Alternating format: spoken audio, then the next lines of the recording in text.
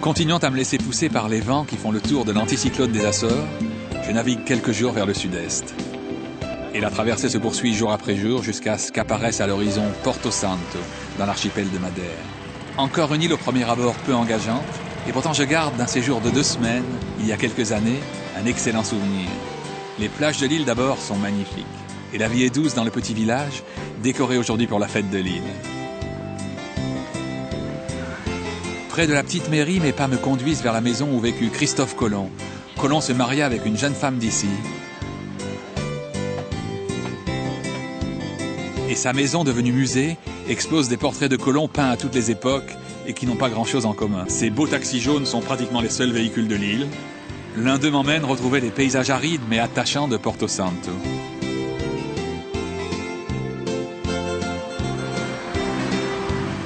On est en train de rénover ces moulins, autrefois mus par les alizés portugais, réguliers, qui soufflent sur l'île.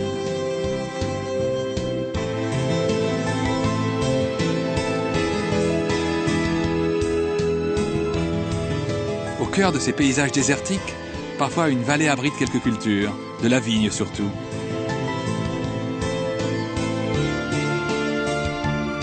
Plus loin, à Santana, on préserve des maisons traditionnelles de Madère, couvertes de chaume et simplement meublées. Les vanniers de Camacha réalisent de superbes meubles en osier qui sont exportés dans le monde entier. Mais la production la plus célèbre de Madère vient de ces vignes, curieusement plantées sur des treilles. Ce qui fait que toute la vendange à Madère se fait en récoltant les raisins au plafond. Les raisins récoltés serviront à la production du Madère, vin chaleureux, madérisé sous l'effet de la chaleur de l'île. Certaines cuvées de Madère, Boal, Cercial, Malvoisie sont élaborées à partir de vins datant de 150 ans. Bien sûr consommées avec modération, comme l'autre boisson nationale de Madère, la poncha, rhum, sirop et jus de citron, mélangés à l'aide d'un objet typique à Madère, le carreligne. Aujourd'hui, je me dirige vers le sommet de l'Arriero. D'ici, les randonneurs partent d'un pas bien décidé vers un autre sommet, le pic Ruivo. Ils en reviennent quelques heures plus tard, d'un pas bien moins décidé. Dans cette île très escarpée, les anciens colons portugais avaient conçu un moyen confortable, la rede, pour se faire conduire au sommet des collines entourant la ville de Funchal.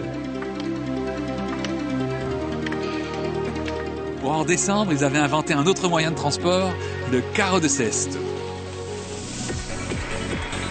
Ces paniers d'osier sur des patins de bois glissent sur les pavés ou sur l'asphalte.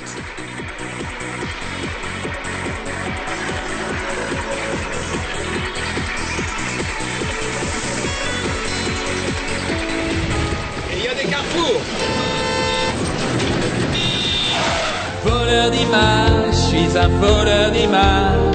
J'ai dans mes souvenirs des chagrins, des plaisirs, des rêves, des désirs, des joies, des soupirs. Mais je dois repartir, c'est une question de cadrage.